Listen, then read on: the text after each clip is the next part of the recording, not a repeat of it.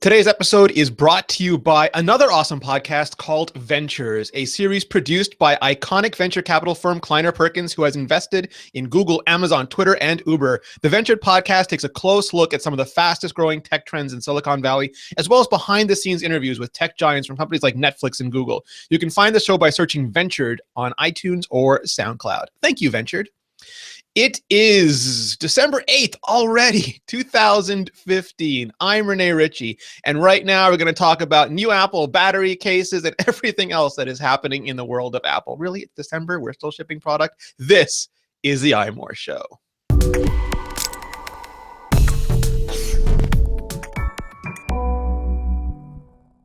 Joining me today, we have, as always, Serenity Caldwell. How are you, Ren?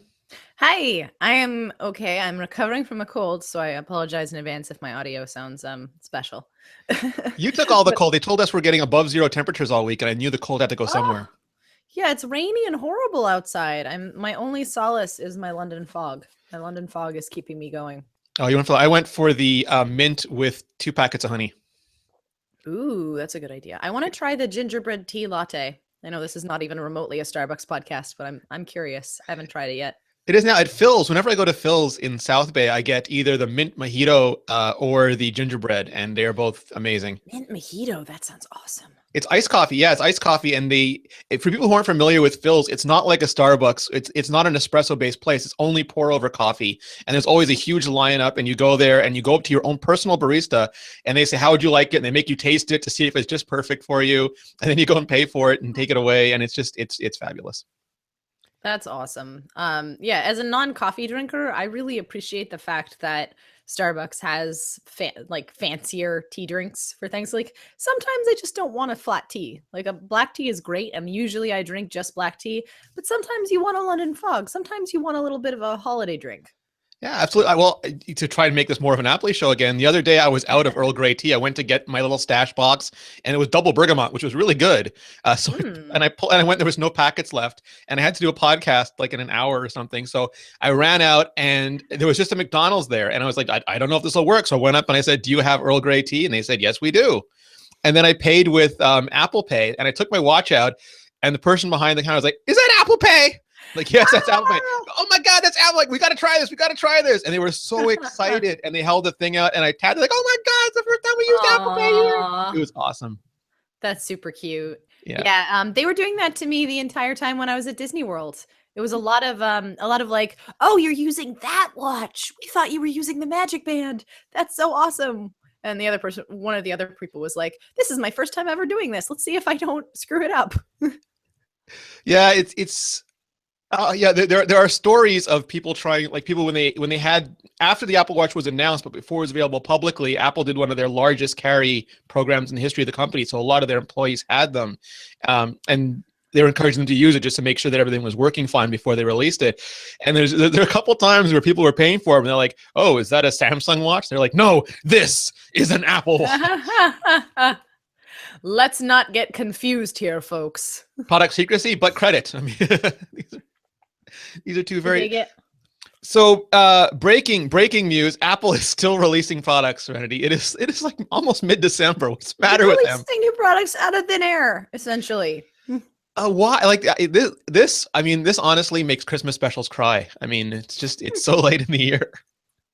Yeah, it's like, all right, Apple, I would really like to work on some ebooks about your lovely product, but I can't do that if you keep on releasing more things. And I mean, we should have seen it coming because they put out this magnetic charger for the Apple Watch, and it is like white and saucer shaped, and it was late. It was late in the year, and it was.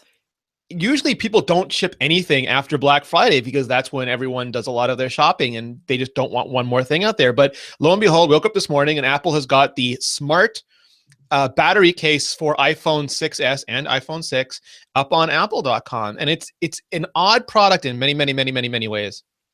Yes, it is. It's a very strange Well, it has a hump, which is kind of step number one into the land of oddities. I don't know. Is Um, that retro? Because back in the old days of smartphones, when I had a Trio, that if you wanted to get an extended battery, that's just what it looked like. And I had a hump, a Sadio extended battery hump on my Trio for like a year, and I feel like it's almost like bell bottoms or those like Luke Skywalker hairdos, and they've come back around. I remember, you know what? I remember the land of humps. I had a Sony Ericsson 710A that was like a swivel Yes. phone that had a little bit of a bump to it too. I don't know. I mean, so the functional reason why there's a hump on this product is that it's made of silicone, and it's a silicone case, unlike Mophie and pretty much every other battery case in existence's hard shell case that comes in two parts and you Like a pull that thing polycarb or off. something. Yeah, yeah, exactly.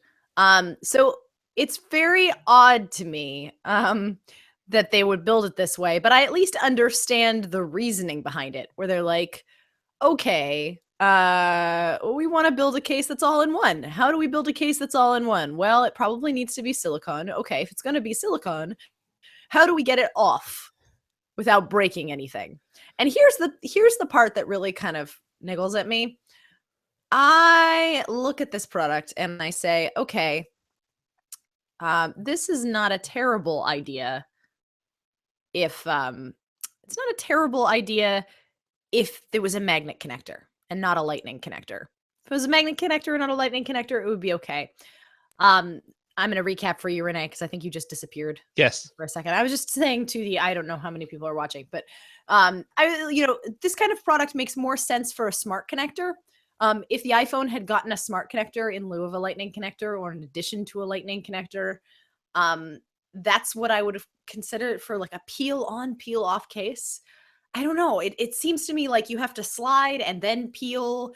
It seems like a lot of potential for things to go wrong or break. Can we break this? Because I'm fascinated by this, and I might be giving it more attention than it actually deserves. But firstly, I'm fascinated like why Apple decided not only to ship this thing at the end of the year, but why they decided to ship this thing. Like there are Mophie cases on the market. There are a lot of extended batteries. Why does Apple have to make an extended battery? Is it because they just think there's a lot of money in the market and they don't want to leave it for accessory makers? Is it because people are complaining about iPhone 6 battery life because there's no iPhone 6 Plus version?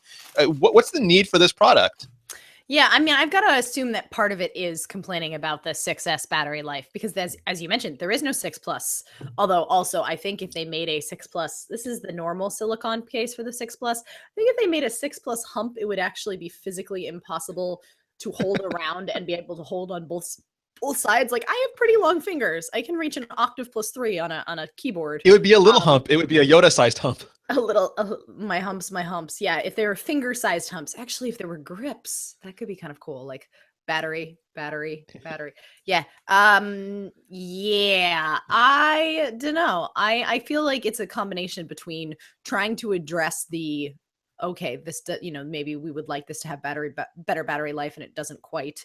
And Mophie is getting all of our money, especially because our customers are complaining about bad battery life. But honestly, I think the real reason they made this case was a giant FU to the people who are like, we don't need thinner phones, we need thicker phones, and we need thicker phones with more battery. So Apple's like, okay, yo dog, I heard you liked more battery, so I put a battery on top of a battery and I put it in a silicone case for you. Here you go. How do you like it now? How you like me now? No, seriously, like it kind of feels a little petty on Apple's part. Not gonna lie. I mean, I saw some complaints that some people were saying, why don't they just make the iPhone 6S with bigger battery to begin with? And they do. It's called the iPhone 6S Plus. Yeah, I mean, that's the internal version of this. Well, it's funny. I've now used the 6S Plus for a couple months now. I'm surprised how quickly I got used to it. I had to relearn how to hold my phone because I was numbing my pinky for a while. But overall, when I interacted with the 6S Plus with my fiance's phone, which he had a 6 Plus for the entirety of last year, was like, oh my God, this battery is so long, it lasts forever. And now that I have a 6S Plus, I'm like, no, this battery is just the right amount of time. How did I ever manage with any less? This just about puts me to 1 day. I don't understand. The 6S has less battery. What's going on? I know it's crazy. So I like to go by the assumption that Apple's not stupid. Like I know, like Twitter especially is like an instant reaction rage machine, and we look and we vent and it's very quick. But I like to start off like, and maybe Apple is stupid, so it might be a faulty assumption. But if we go by the assumption that Apple as a company in general isn't stupid, then they're making choices all the time, and we may agree with their choices or disagree with their choices. We might think some choices are good or bad. But if you start with the assumption that they're not stupid, then there's reasons for these things. And I always figure it's better to hate something for reasons than just to hate it off instinct or gut feeling. So I think you're exactly right about that. I think there are people, because they took away some of the space for the Taptic engine, some of the space on the battery to fit in the Taptic engine, they're not getting the battery life they want. I think there is money in the accessory market. And I think they are tired of people saying all the time, oh, just add battery, because those people just don't understand how battery or product design works. Sorry, they don't. So doing this is interesting. So once they decide they want to do this, they go through the processing. Well, what do we want to do? And they look at existing products like the Mophie, and they look at it and they go, well, that's a 2-part case. And that kind of sucks because everyone loses the top part, or the hinge on it breaks, or it's 2 things you have to plug in, or it doesn't work for this or that. So they go, we're going to make a 1-piece battery case. And then the design criteria revolves around that. And they might go, well, when you have the whole case molded, then you have to, like the Mophie case ships with an adapter for the headset, because the headset can't fit in anymore because they have case all over every side of it. So you've got to put in an intermediary headset adapter like on the original iPhone, which kind of sucks.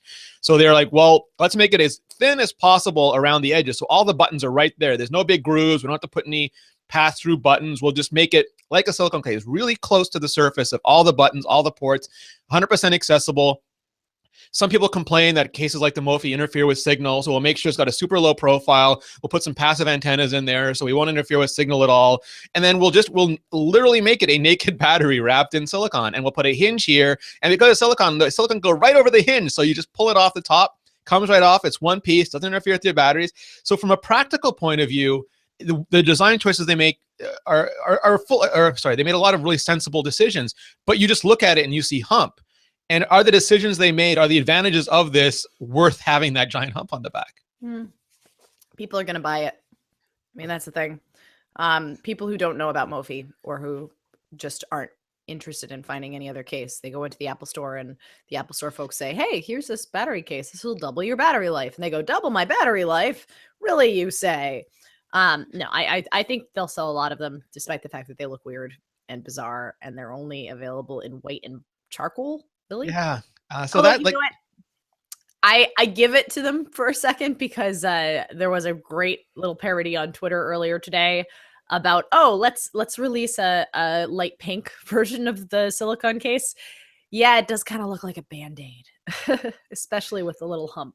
Yeah, it does. And I kind of like the silver, space gray, gold, and pink rose gold colors, and the silicone doesn't really lend itself to that. The Apple has a whole range of silicone colors for the regular cases, and they're actual pink. There's no metallic finishes on them.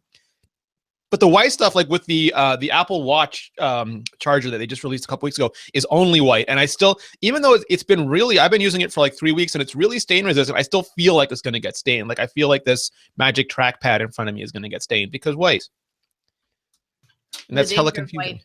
You know what? So I've had this silicone case. It's a little furry right now because I have dogs. But this is my white silicone case on the 6S Plus, and there's a little bit of markings like on the sides, but overall it has remained fairly white. Yeah, it's funny because I was talking about it on Twitter too, and one of the things I said was, then Apple puts form in front of function, exclamation mark. Now, damn, that hump is ugly.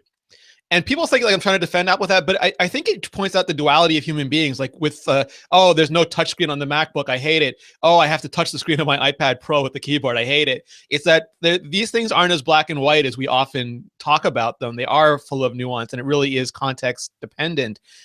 So these sweeping statements about like bad, good, evil, triumphant, I think I want to get one of these and try it. I don't know if I will keep it on or use it, because I think my answer to longer battery really is the 6 Plus, but I'm curious to try it.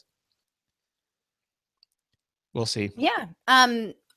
See, my daily driver has kind of become the 6S Plus. So until they release a battery case for that, it's kind of. Would you use? I don't know if I'd even use one. I get a day and a half, 2 days already. Really? Yeah. I do not. 6S Plus? I get about a day. It's interesting. when I'm traveling, it's way less. Like if I'm out and about more, I'm using it a lot more. But now, especially with the iPad Pro, I just sit there and type away, and my iPhone is like passively in my pocket, not really doing anything. Yeah. But it is interesting. I wonder what they would do for an iPhone 6 Plus, because like you said, you'd have to have basketball player hands. Yeah, I don't know. As I said, grips. That's my first guess. Grips. All right, so have Apple stop now? Are we going to wake up again next week and there'll be, I don't know, an iPad Pro charging case? I don't know. I hope they've stopped. That's a lot of, you know what I would like to see is a better keyboard case. We're talking about cases. Yeah, so there has not been a flurry of, we're still, I think, down to the Apple smart keyboard, and the Logitech, what is it called? The Logitech Compare? The Logitech Create. Create, that's right. The Logitech Create case. So those seem to have been the only two out so far. And I'm still using the smart case, but it takes me a few minutes to get used to it every time. Those fabric keys are different. I just, I've tried it in stores now, and I have to admit, I like the Logitech a lot better, but I hate the Logitech's case. What I really want, I want like an origami. I want a case that covers and protects my iPad, because I don't feel super comfortable carrying it around bare, just because it's a giant screen and I'm very clumsy. But I would like something that connects to, say, Magic Keyboard, and then I can just snap the Magic Keyboard in and then close it. It'll be swell. Or just a thinner version of Logitech's case. Honestly, this is such a gigantic piece of plastic, and it only allows you to hinge at one angle when you're connected to the smart connector, which is fine on a desktop and fine at a table, but terrible if you're sitting down somewhere. The screen is too far forward. Yeah, so I actually, the one we saw at CES by the people who made the BlackBerry, I shouldn't say that because legal issues. The people who made the keyboard, Bluetooth keyboard cover for the iPhone, they made the Typo people. That's what I'm looking for. The Typo iPad case I really liked, because they had a very MacBooky like hinge, and you could put it at any angle you wanted. And just to remove glare and adjust things, I thought that was awesome. So I'm hoping there's a Typo keyboard for this at some point. So actually, this isn't in the news, but this is Kevin Michaluk, our dear leader, was visiting last week, and he was talking a lot about Inbox. He was using Google's Inbox, because we use Google services for all the stuff at Mobile Nations. And he asked me if I tried it, and I said something at the time, which I like just offhand, that I don't ever want to care more about the app I'm using than I feel like the company that makes it does, because therein lies madness. Like if I'm getting really into something and the company's not really committed to it, it's going to go away. And then yesterday we got news that Dropbox was killing Mailbox. Poor Mailbox. R.I.P. Carousel. And Carousel is the less important one, because I think it's just going to all end up back in the Dropbox app, which is honestly where it belonged. But Mailbox, I think, is the bigger sting for people. Largely because I know a lot of diehard Mailbox users and people who were nervous when Dropbox acquired it, and then Dropbox is like, it's okay, we won't do anything terrible to it. Now the acquisition. Remember. Yeah, well, maintaining divergent product lines is interesting, but it's also hard. Like Facebook put out paper, I forget how long ago, a year, 2 years ago. It's still US only. It still doesn't seem like, I know they have people working on it, but it doesn't seem as well supported as the main Facebook app, which most of the world is using. And that sort of relationship is always precarious to me, because companies don't have infinite resources. Yeah, I mean, you don't want to put too many fingers in too many pots. We've seen Google, kill off products willy-nilly because of that problem. Wave, RIP Wave, free Google apps. There's Reader. I mean, so many things. Reader, yeah. Like, I think you're always safer sticking to the core business of a company. If you're using the app that is their business, then they have a huge interest in supporting it. If you're not, if it's peripheral, if it's an experiment, then you just know that going in. And then if it goes away, it's like you had some fun times while they lasted. Yeah, sniff. That's okay. Sorry, go ahead. No, I said it's okay. You know what? As long as the carousel features will make its way into Dropbox, that's what I care. Because carousel actually had some really useful things, but I hated that it was in a separate app. It was and it's smart people working on it. So there was some interesting I don't know, feedback, pushback. Last week we talked about the Mac App Store and whether it was being neglected or not. And I think it's almost impossible not to make the case that it's being neglected. But part of the feedback that I got was this comment that death by 1,000 cuts. Apple doesn't even let developer, like Apple doesn't give some people really want Apple to do on iOS what they do on the Mac App Store, and that is allow for a gatekeeper-like functionality so that if an app doesn't fit Apple's guidelines, it can still be released and the people who want to can opt into a trusted developer mode that lets them sideload apps. That to me is like a 5%er solution. I don't think most of the world would ever do it. But one of the examples that was given was people who switch from Android to iPhone can't bring their paid Android apps with them, even if the developer wants to give them a free copy of the app. And this made me really stop and think, because almost like the case, like it's easy to say things like this, but what does it actually mean? So I started like, so what I don't know is first, do people have a lot of paid Android apps? I know on iOS, the number of paid apps is always shrinking because of pressure from subscription apps and free apps and freemium apps. So the amount of apps you actually pay for up front gets lower all the time. And then I also don't know if people expect to get free copies of apps when they switch. I know on computers, like Adobe used to give you a cross grade, but it was very, do you remember if it was rare or not? Like you would just get free copies when you switched? Yeah, I don't know. You had to rebuy everything from a PC to a Mac. Yeah.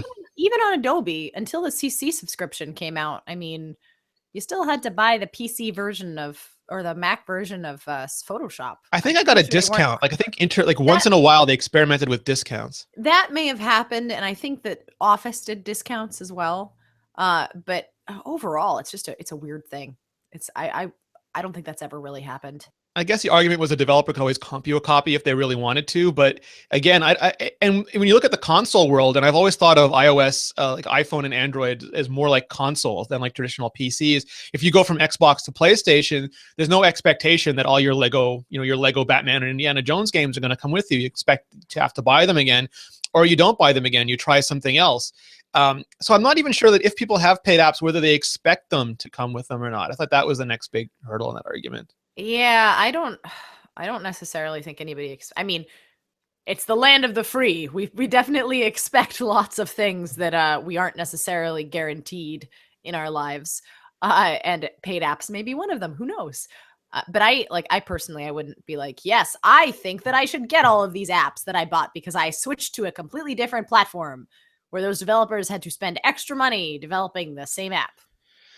Yeah, it's super. And then like the third part is there a process that could handle this? Like I'm imagining that is there value in this? Because Apple is doing things like the move to iOS app where they're seeing, I think Tim Cook said 30% of new iPhone customers last quarter came from Android. So it's in Apple's best interest to enable this, and they're doing the move to iOS app. So could there be some process where in iTunes Connect, developers who want it go in and they flip a little switch and it says allow cross grades, and then when the move to iOS app detects a paid app that also exists on the App Store, it gives you like a promo code or something?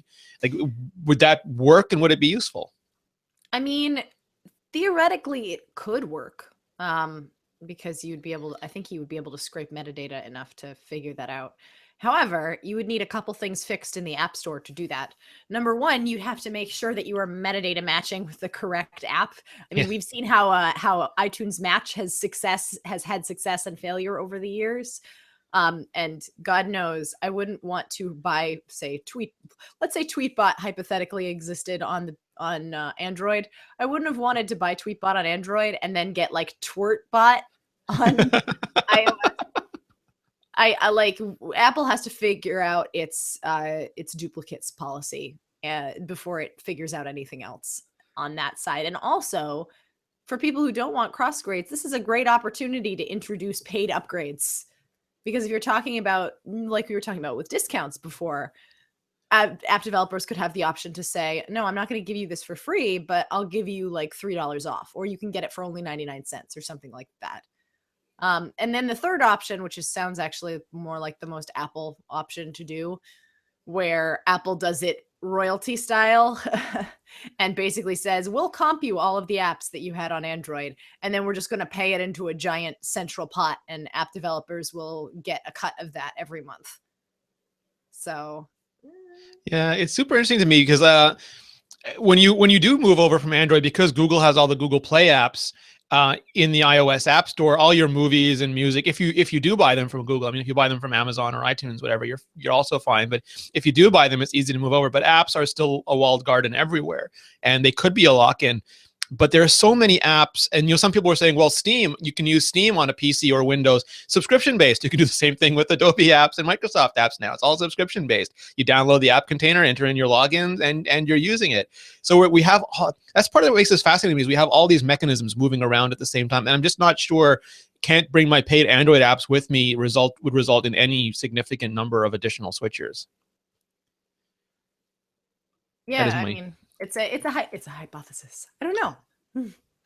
Yeah, I get the overall point that people want more freedom, but here's the thing to me, and I hate saying this because it's a terrible, terrible, awful thing to say, but as much as people complain about the restrictions of the App Store, we have seen precisely no amazing Android apps result from not having those restrictions. Like, the best way to get Apple to change this is for Android to have apps that are so phenomenal that people will buy Androids, like apps that make platforms, almost like the equivalent of Halo and things in the game consoles. And if they had that, then there'd be so much pressure we just forced to change things. But instead you have like Uber and Instagram and like all the transformative apps, they're just fine on iOS. There's not a single problem with them. And that means there's zero pressure on Apple to change anything.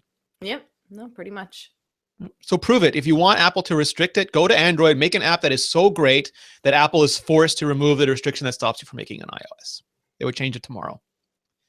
Almost 100% certain. Do we have a sponsor for today, Rene? We do. I'm just pulling them up right now. We are, I love it when they're a sponsor. We are thrilled to have Smile Software sponsoring the show today. And they want us to talk about Text Expander. And I say they want to talk about this because they make a plethora of amazing products. And you never know which one. It's almost like opening up an advent calendar. You never know which awesome chocolate or Lego toy you are going to get.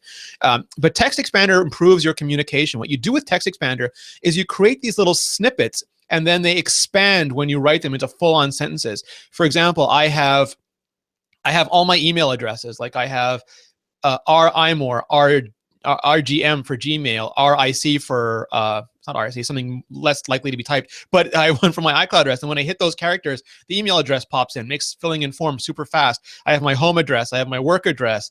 I have every podcast that I work on. I type a couple characters, it pulls the clipboard, inserts it, and then populates the entire podcast post. And I don't have to type the template every time I want to do a show. We have names for when we do transcripts. You just type like, I forget what it is for Tim Cook, what is TIC or something like that. And it fills it up with Tim Cook, so I don't have to type the name. And Tim Cook's not hard to type, but you get to things like old days, Peter Oppenheimer, and some of the longer stuff. It just saves so much time and work.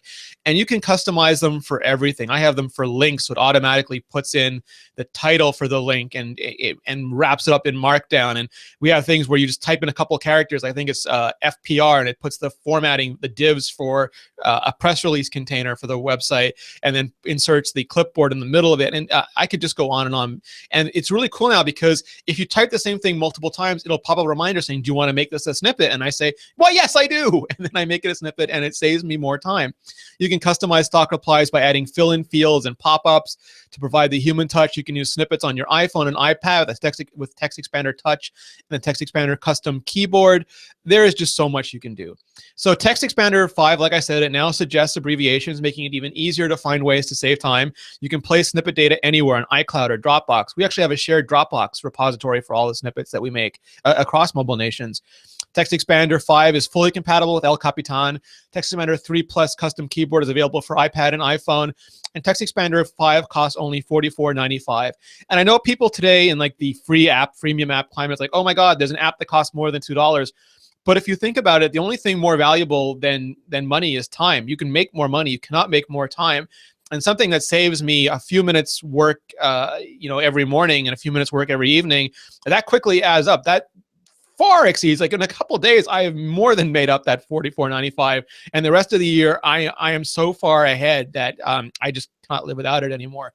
Upgrades are $19.95 for existing users. It's free to those who purchased on or after January 1st, 2015. It does require Yosemite and later excels at El Capitan, but it is one of the most useful products I own. One of the first things that I install anytime I am setting up or updating a device. So that is text expander from Smile Software. Please go to smilesoftware.com/iMore and check it out. Thank you so much, Smile. I love them so much, Ren. They make me smile. They're great. They're absolutely great. All right. So I lost the page that I was looking at on what we were going to talk about. What we were going to talk about next.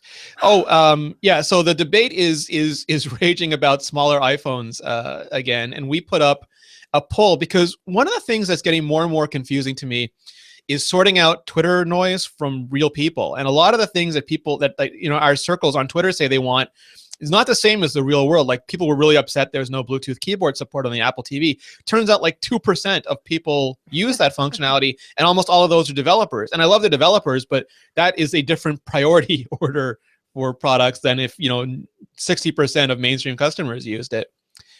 So there was a rumor that once again Apple was working on a 4-inch iPhone potentially for early next year, and we wanted to know because our readers are like super hardcore Apple people. They're like power users. And we wanted to sort of figure out not just whether they wanted it or not, but why maybe they would want it. So we asked, would you be interested in a new 4-inch iPhone? 11% of the people said I'd be very interested, as I have hesitated upgrading my iPhone because the 6S or 6S Plus was too big. So that's about 11 or 12% of people. Mm-hmm. About 13% of people said I'd possibly interested in, especially if it was less expensive than the current iPhones, because sometimes people conflate smaller with cheaper, and there's still this whole I want a cheaper iPhone vibe out there. Around 17% of people said, yes, I definitely want a smaller iPhone. Not for any particular reason, I just want it, like just for every reason. 60% of people said not interested, as I love the size of the new, larger iPhones. That is almost opposite to what we see on Twitter. Yep. I'm not surprised. I mean, when we go to Twitter and just social media in general as a mouthpiece, generally we tend to complain about the things that we don't like. We rarely praise the things that we do like on Twitter. I would say it's probably a 3-to-1 ratio, maybe even a 4-to-1 ratio for complaints to everyone like super excited thing. I like my 6S Plus a lot. I don't think maybe I've made one tweet about how I like the new size. And like 5 or 6 tweets about the things that I don't like. So I'm not terribly shocked. Also, again, like you were saying, we're dealing with a very niche audience here. We're dealing with people who are already Apple fans, and maybe, we're fans of the iPhone 4. Who knows?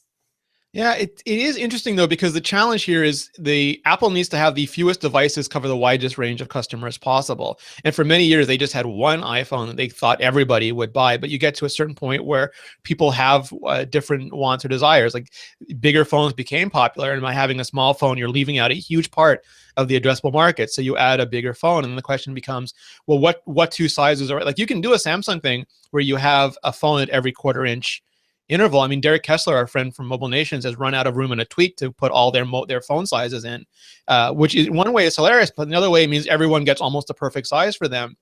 But that's super expensive to manufacture, and it leads to like some cheap phones, some expensive phones. What is the right size for Apple? Is 4 and 5.5 better? Is 4.7 and 5? Obviously, they feel these two sizes are good. And would they add enough additional customers by putting out a new, smaller iPhone? I don't know. I mean, in part, I like this 4-inch iPhone, but now that I've gone big, I don't know if I'll ever go back. I don't know if I can. Well, that's the thing, is the human brain is so malleable. Like we've been using the iPad Pro for a few weeks. I pick up my iPad Air. It looks like a mini to me. Like a midget. Yeah. You know what? And honestly, the more I use the Pro, the more I start to think that this was the right iPad size from the beginning. That the 10-inch was just too small, and the mini is great for a reader if you want like an e-reader, but it's not an iPad size. And yeah, I kind of feel the same way about the iPhones. Although, you know what, the iPhone, I feel like there's a little bit more malleability there because you don't necessarily need the 5.5-inch screen or 4.7-inch screen. You could probably get away with the 4-inch screen depending on what you want to do with it.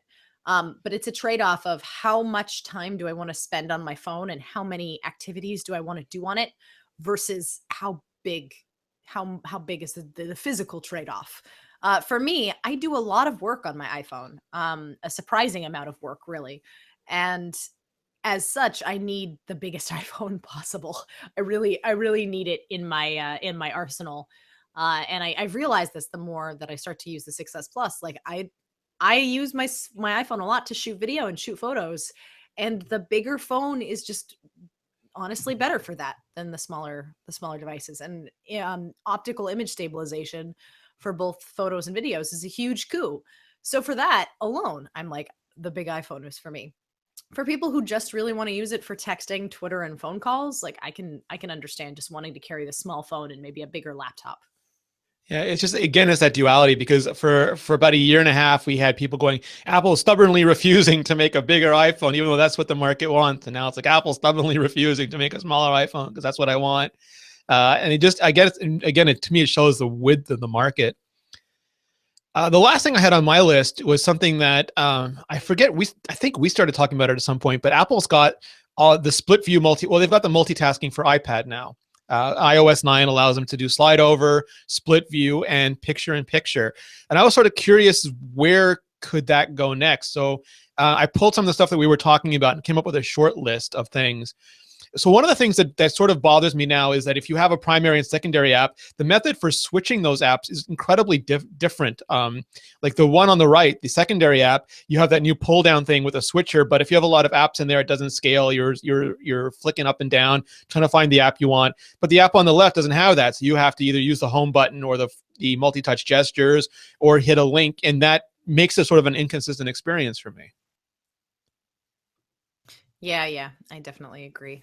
And you can't switch those two apps. Like, it would be super convenient if you could just do something that would switch the apps on side to side. Yeah, so there's a sort of cheap hack to do that, where you just you take the split view divider and you slide that all the way to the left, and that makes that app full screen, and then you pull out the drawer and switch to the app you were using before. So that kind of works, but it's clunky and it's really kind of awful. It's way better than El Capitan, where you've got to basically destroy the split view and build it back from scratch. True facts. Because as far as I know, like, there's nothing you can, once you've made a split, like, you can't just make a split view. You've got to either make one side, pick the other, or drag something into mission control on top of something else. And then once you've done that, that's it. You're stuck with that forever until you break it apart. And then when you break it apart, it goes full screen for one of the apps. And then you got to go and try it. Like, just super not malleable. Nope. Dragging and dropping content between the primary and secondary app. Because the minute I saw this, I just wanted to be able to touch something, let it float up, and pull it to the other side, and then just drop it in somewhere. I know the drag and drop. I'm kind of hoping is an iOS 10 thing. It seems so obvious to me that it's possible that it just wasn't ready in time for an iOS 9 ship date. But I'm praying, because especially as I use the iPad Pro more and more, I'm like, I would love to just tap a photo and drag it over to my notes window, or to to a download or upload thing. It feels like the next step. Yeah, and it would do one of those things, because drag and drop is still, for me, the killer feature on the Mac. It just makes things so fast, cognitively so fast. Yeah, and then you add touchscreen, touch into it. I mean, honestly, even you could either 3D touch it, you could do 2 fingers to drag. You have a lot of options with multiple digits and multi-touch screens. So I think that a little scissor touch, cut it. And yeah, exactly. Cut it around. There's so many options, guys. I'm assuming that someone at Apple has been working on this for a couple of years, and we'll see it next year or the year after, and they'll be like, we've come up with the best way of multi-touch movement ever. Today, Apple invents drag and drop. Yeah, seriously. This is going to sound really dumb, but I still want it. Right now, you can do 50-50 in landscape, or you can do, like, you can have the right-hand sidebar, basically. You can't have a left one. I'd like to be able to have skinny left on some occasions. I've had skinny left. I think I can do skinny left with Slack, but there are very few apps that allow it. Yeah, I just want to be able to pull it and to 3/4 of the way across and leave it that way, instead of having to have. Yeah, well, you can't. It's annoying because you can't have the slide out. Like, I would like the slide out on either side. Being a lefty, it would be really, really nice to have that. But yeah, hold on. Maybe you can't. I was pretty sure I got a skinny Slack. I keep trying and I can't get skinny left. No, you know what? I can't. Never mind. I lied. Yeah, I would just like that, because sometimes I want the bulky content on the right. Yeah. Oh, of course. Same reason I'd like 50-50 in portrait mode, but I don't know. I think it would make a big deal, but I just like it because it's consistent. What I would really like, the more that I use it, what I would really like sometimes is 50-50 horizontally, especially like on the iPhone. I think it'd be the iPhone 6 Plus. I think it would be great. I would love, honestly, I don't even need a full split view on the iPhone 6s Plus, but I would love I would love a pullover, like a pop Yeah. over. Yeah, like pull halfway down or pull halfway. The problem is that pulling down gets you notification center and pulling up gets you control center. But I could even, honestly, I could even do a swipe over. Or just using that as a way to switch apps. 3-finger swipes, like you have the multitask gestures with the iPad. Yeah, I feel like the screen's big enough for that. It's absolutely big enough for that. And that was one of the things when I was using my iPad Pro for a couple weeks just solely as my only computer, and I'd go back to my iPhone and I'd start to do things that worked really well on the iPad, like, oh, I need to copy this. Okay, I'll just slide over. Crud. Like, I get why they don't do it, because anytime a keyboard is involved, it would cover essentially the entire it wouldn't work. split view. But there's some instances where I'm just like looking at something and I want like the movie playing, but not in picture in picture. I just want it like to cover the whole top of the screen or something, and then let me work in the rest of the screen. And I feel like picture in picture. Well, picture in picture, I think also would be great for apps. Like if you could load the remote view for a landscape app into picture in picture, and then have like, you could have like pCalc or something floating on the screen, and then use it as a calculator while the rest of the app is over there. I think that would be like an awesome addition as well. Absolutely. And of course, the perennial request right now is that everyone wants the remote view controllers to be separate from the app. So 2 Safari windows, or 2 of the same app windows visible at the same time, 2 email windows, 2 browser windows, 2, I guess, pages, or whatever you want to use. But just the ability, like on a Mac, to have 2 of the same app windows open at the same time. Yeah. I do that. I don't know if we'll get that in iOS 10 or not, but I do hope they continue with this, like paying the iPad some specific attention, because all we got for years was those multitasking gestures and nothing else. Everything else was just a direct port from the iPhone version. And I like that they're giving it some attention, because now we have this iPad Pro and it's phenomenal, but it needs continued love. Yeah, no, absolutely. They cannot just phone that in anymore. I'm not saying iPad OS. I'd like it. I'm not saying it, but a little bit more for the Plus, for those lovely Plus users. Well, we were talking about this earlier. It's just the amount of stuff we got this year was insane. When you stop to think about it, even like we got a bunch of devices, but we got 2 full app stores as well. We got 2 full app stores. We got new apps, watch apps, new Apple TV apps. We got new OSs, watch OS, TV OS. In addition to a new version of iOS and a new version of OS 10, I can sit here all day and be like, oh, I'd love this for Apple to do this, and I'd love for Apple to do this, and I'd love for Apple to do this. And then you look at the year in review. I mean, Rene, our year in review is so big that we're splitting it up into multiple articles. Yeah, and shows, and it's not going to be pretty. I was just looking at the list and crying a little bit. Yeah, it's okay. Just stop it, Apple. Can we stop now, we have please? like 2 more weeks of December, and then we have to fit a Star Wars in there somewhere. What? We'll figure it out. We'll just be writing in the theater. It'll be great. But no, Apple, you know what?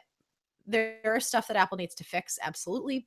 There are things that are still incomplete, woefully incomplete. Brent Simmons wrote a really great article yesterday or the day before about bugs in mail. There were some core issues that Apple really should focus on. But I will tip my hat to them just for the sheer volume of stuff that they released this year. I don't necessarily think that was maybe the best call, and we'll talk more about that in our official year in review stuff. But yeah, they just did so much, so many, new hardware. Since when does Apple release new hardware products randomly? Oh, new battery case, new watch charger. All the bands, all the watch bands, new watch bands, new TV remote. There's a lot. So new much stands, new charging stands. And in addition to watch, TV, iPhone Plus, iPad Pro, new iMacs, new MacBook. What am I? A new operating system. There's a lot, guys. Yeah. It's almost stupid. I mean, I hate using that word, but it is almost a stupid amount of stuff. It is stunning. It is like a what is it? What is the old saying? Stunned by a gaggle of ox or something. No, I get that. Like, I still can't get my text replacement shortcuts to sync from onto my iPad Pro. They're on my Mac. They're on my iPhone. My iPad Pro is empty. I don't get it. I don't know. Cloud is hard, Cloud is very hard. and there's nothing you can do. No, I'm hoping that Apple gives their employees a much needed 10 days off at Christmas. I know they got the Thanksgiving week off. Some time, regroup, reset. Let's begin 2016 with polishes. Yeah. Let's just do some polishes. This year, you want to get in on the action? Yeah, Siri really does. I'm very confused. All right, Ren. So if people want to find you in the height of all this madness, where can they go? They can go to Settern on Twitter, SETTERN, or on Instagram, as well as on iMore.com.